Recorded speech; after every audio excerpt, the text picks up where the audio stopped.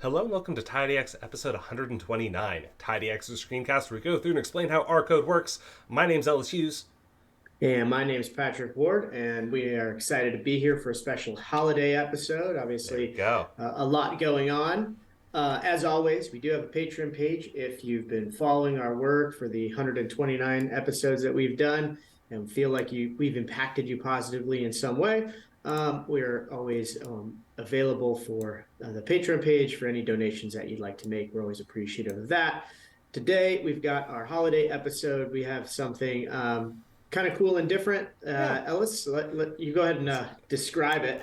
Yeah, for sure. So I was thinking about what we could do for a fun little holiday episode. Take a little break from the really hardcore data science that we do and go, let's have a little bit of fun with code. Let's look at a thing that maybe not everyone does. And so I was looking around and I got inspired by this post earlier by Paul Herbert, and they go through and show how you can create a snowflake using SVG and HTML and JavaScript.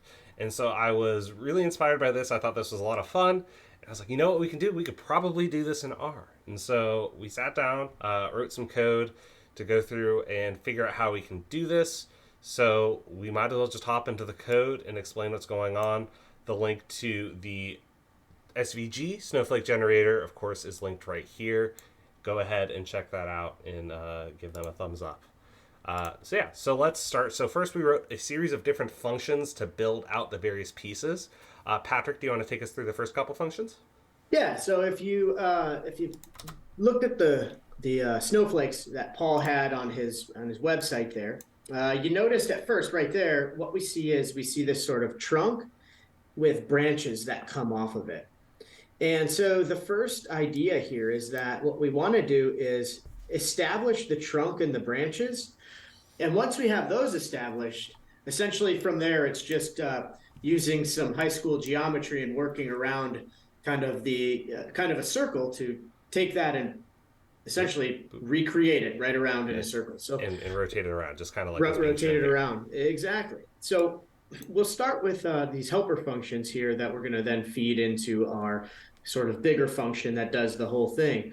The first is establishing that trunk. So this is a simple function. It takes a single value called length, and all it does is create this basic tibble that identifies the start and end on the X and Y axis. Because in order to do this in R, in ggplot2, we've used geom segment a few times before in previous videos. And geom segment takes these arguments: X start, X end, Y start, and Y end. So all this trunk function does is it basically sets and locks in the start and end of X and the Y start at 0, because the trunk is always going to start right there. And then the Y end, which is going to be going up on the vertical for this first trunk, is going to be whatever value is passed into the length argument of this function. So it's essentially, this is going to create a line from 0, 0, and then go vertical from there. Boom. Yep. All right, so now we've got that function. We've got the trunk of our snowflake. How do we add our branches? So the next thing we need are a bunch of branches. So this function is going to take, again, a length argument, because obviously branches are going to have different lengths to them. Some will be long and some will be short. An angle. So if you remember, there was somewhere angled at like a 45-degree angle, just 60-degree angle, a 20-degree angle, etc. And then obviously we need some sort of start, because again, we're going to be using that segment argument where we need to know where we're going to start and then how we want that line to go. So the first thing we do from the with angle is we take angle and we use our little pi divided by 180. That's going to give us the degrees that we're trying to identify here for the angle of the branch, or for the angle of the branch coming off of the trunk. Exactly, right? Yeah, because the sine function and the cosine functions that we're going to be using right here require radians, not degrees. And so I figured it was simpler to allow you to enter in an angle, like 45 degrees, than have to calculate what 45 degrees is in radians, which is pi divided by 4, which is, I don't know, my brain just doesn't think in radians.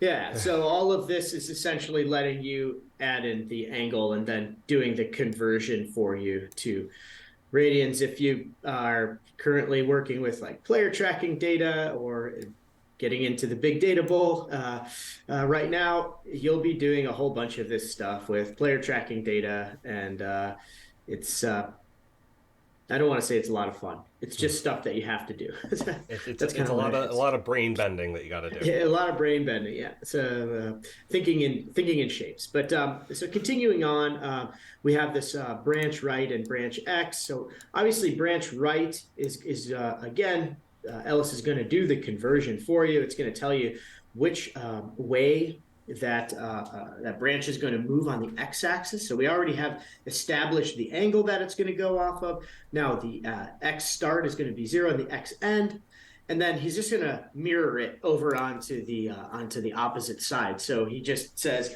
hey, if we know branch x end right, all I have to do is take the inverse of that, the negative of that, and I get branch left x end.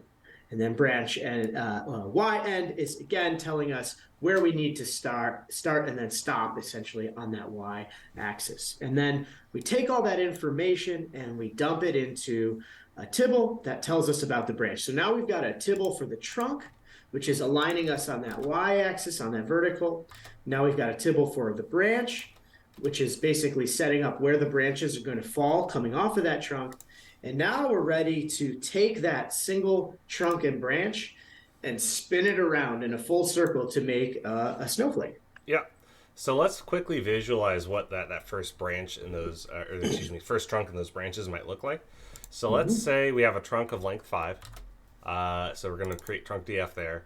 And then we're going to say we want 3 branches. So what we're going to do is we're going to do a map df and then loop over for 3 times. So seek len 3. Let's create 3 branches. Each one has a length of 1, 2, or 3. They all go off at a length of 45. And they start, they're going to move up the branch so we can kind of easily see them. Just so I want to visualize at this point, what does that first spur or first trunk with their branches look like? So we created the trunk DF, which is the length of 5 there, the branch DF, which has, those 6 branches, because remember, we're mirroring them across the trunk there. And so we've got our 6 branches. Yeah, and then we're going to do an R bind together, and then let's throw this into a ggplot. We're going to use geom segment. As Patrick mentioned earlier, we have the X and Y, but then we also have X end and Y end. And so we have all of those already in our data frame, so we can run that. And this is what it looks like to make our first spur. And so now we know that the code is actually working the way we expect it to. So we have from 0 to 5 to be our trunk, and then we have our our branches coming out here. They're mirrored. They're going out at 45 degrees from the branch here, and they are of length 1, 2, and 3. So we know we have those functions dialed in, working perfectly the way we expect them to. Let's write some code now to rotate this across, as Patrick said earlier. So I have a function right here called rotate angle. It takes the angle that you're wanting to copy this to and a trunk df. So trunk df in this situation, I know I just used it earlier. The trunk df in this situation is intended to be the data frame that represents that entire trunk and branches. Now we're going to go through and do some really fun trig to copy this around. Again, the R functions of cosine, sine, and tangent expect radians as opposed to degrees. So we have to convert our angle into radians by multiplying it by pi divided by 180, because pi radians is 180 degrees. Then we do the mutation here. And so there is some pretty standard trig about rotating around a point 0 to a new angle. It is x. So to get the new x position, it is multiply the original x position by the cosine of the angle and subtract the y position times the sine of the angle. And so we do this for both the x start and the x end. And then for y, the calculation is you multiply the x position times the sine of the angle and then add the y position times the cosine of the angle. And so with these two together, we're able to get the new positions of x start, x end, y start, and y end. We're going to select those, grab everything that ends with new, and then, rename them to match what they were before. So all this is doing is taking what we have, rotating it to the new angle, and giving us the new data frame for that. So now we've got that. Now we can build our function that does all of it together so we don't have to step through every single piece. And then we're going to add some randomness to this since snowflakes are unique, right? They're random, they're chance, they're beautiful. So let's add a ability to set a seed so we can reproduce our snowflake if we really want to, but the default is going to be null, meaning we get a new snowflake every single time. We're going to set up the generate snowflake function to set end trunk, so that's going to allow you to set the number of trunks you want to have on your snowflake, and then end branches being the number of branches coming out of every single one of those trunks. So if the seed is not null, set the seed.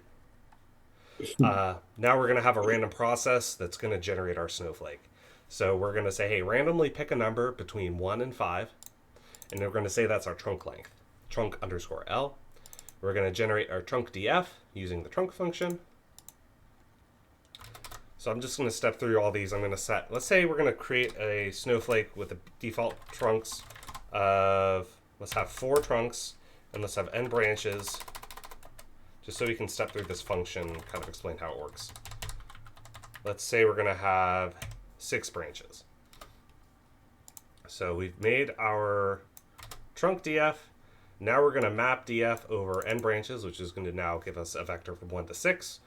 We're going to randomly generate these. We're going to have a random length, anywhere between 0.1 and half of the trunk length. So they're not going to be longer than the original trunk, right? They're going to have a random angle between 10 and 85. And they're going to start somewhere random along the trunk. So we're going to generate our branch df using that. So we should have, 12, because remember, 6 times 2, because we have 1 going each direction. And now we're going to r-bind those together. So now we get the snowflake df base. So this is our first spur, or first trunk with their branches. And now let's calculate the new angles that we have, since we didn't specify the angle that we want them to be at. We just said we want to have 4. 4 trunks here. So first we have to calculate what is the angle that we need each trunk to show up at. So we'll divide 360 by n trunk. And so, of course, that's 90. Now we're going to use a seek function and go, hey, between 0 and 360, move forward by the number of degrees that we calculated. And so this is going to give us a vector of 0, 90, 180, 270, and 360. Right? That makes sense, right? Because it's going to step forward every 90. But we already have that first branch, right, at 0. And 360 and 0 are identical in the sense of for plotting. So what we're going to do is we're going to use a set diff to remove 0 and 360, because we don't want them. I mean, granted, we could have explicitly removed the first and the last entry. I don't know. This is the way that I wrote it. Now we're going to rotate across the trunk angles. Right, we need the 90, the 180, and the 270. And we're going to use the rotate angle on the snowflake df base. So we're going to run that. Then we're going to r-bind it back together with these are the rotated trunks with the original one. So now we end up with our snowflake df. We're going to throw it into a ggplot. We're going to use our geom segment, saying x is equals to x start, y is y start, x end is x end, y end is y end. We're going to add a theme void because we don't want there to be any theming on this. We just want our beautiful, beautiful snowflake. And then we're going to add a little title saying Happy Holidays from TidyX. So we're going to run that. I guess I just kind of stepped through all that. But anyway, now we can say, we're going to say end trunk is 4, and branch, what we just say there is 6. So now we can run generate snowflake. And there we go. There's our beautiful, unique snowflake that's only going to happen this one time because we didn't set a seed. So we can do that. We can, rerun it multiple times. So now I've updated it so that end trunk is a random value. This time it was 3. See, it's another, fun little snowflake. And you can just, like, you probably spend a good chunk of time just looking at that because, I don't know, I think those look pretty nice. Mm-hmm. Uh, but let's take this one step further, right? So there's a package I've talked about, I don't know, about 15 episodes ago now called Camcorder. So Camcorder allows you to record ggplots that you generate and play them back as a GIF. So Mm-hmm. let's use that and combine that with our Snowflake generator to make a nice GIF to celebrate the holidays. So we're going to use set library camcorder. We're going to tell camcorder to start recording using the gg record function. We're going to tell it to use the device PNG, and we want our plot to be a width of 5 and a height of 5. We are going to ignore that error for now. So now what we're going to do is we're going to do a couple loops. So first we're going to branch, or we're going to do a for loop saying the number of trunks that exist are from 2 to 10. Then we're going to say for branches 3 to 10, make a snowflake. And so it's going to iterate once. It'll say, okay, number of trunks is 2 and number of branches is 3. Iterate again, number of trunks is 2 and number of branches is 4, all the way up. So it's going to make this nice kind of growing random snowflake with the number of trunks and the number of branches. And so let's see what's going to go. Actually, quickly, let me make sure. Let's actually tell ggrecord to go to a unique directory. And so let's have it go to this directory here. So let's go, we are Tidy Tuesday Explained, 0129 snowflakes and records. And this will not be in the GitHub repo. I will be ignoring that. But, you can generate this yourself. So now we're going to run it, and now it's going to be looping through. Oh, okay. This is what we get for updating things live.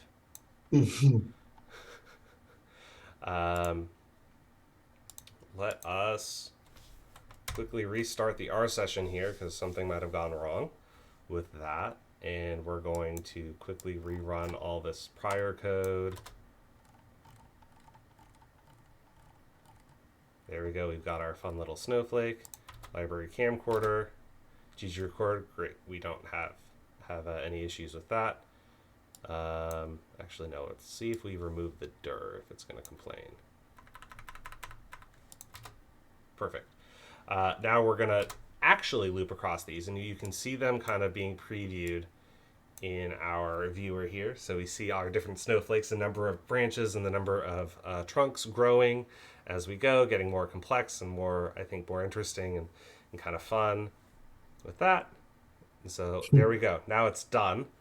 So now we can use the gg playback function. We're going to say, hey, the frame duration is 0.15 seconds and the background is white. So that way we can actually see the snowflakes. The default is black because that works with most other plots. But in this situation, our snowflake are black lines. We could have swapped that, but we didn't. So now let's run gg playback, and we can now have it's transforming everything, and now it's going to be generating a GIF that is 15 seconds long, and we can open that up to actually preview. And this is our snowflake. This is the TidyX Happy Holidays snowflake that we've got going on here. There you go. So that is some fun ways that you can use these basic ggplot tools in combination with some simple math to make some fun generative art in R. And this is just like, there's a whole world of generative art in R. So if you want to learn more about that, definitely take a look into it. Nice. So with that, I guess we're going to end it. Thank you all so much for joining us for 129 episodes of TidyX. Happy holidays. As always, my name's Ellis Hughes. You can find me on Twitter at Ellis_Hughes. And my name's Patrick Ward. You can find me on Twitter at OSPPatrick. At Tidy_Explained is where we both are on Twitter. Tidy.explained@gmail.com is where we both are on email. Most people like to get in touch with us by liking and subscribing on that YouTube channel and dropping their comments down below. We tend to get back to you the easiest that way. And as always, as we mentioned at the start, We do have a Patreon page. We enjoy doing this. And if you feel like we've impacted your career in some way and would like to give back to us, we're always appreciative of that. Other than that, happy holidays and enjoy the weekend. All right, thank you all so much, and keep on exploring your world.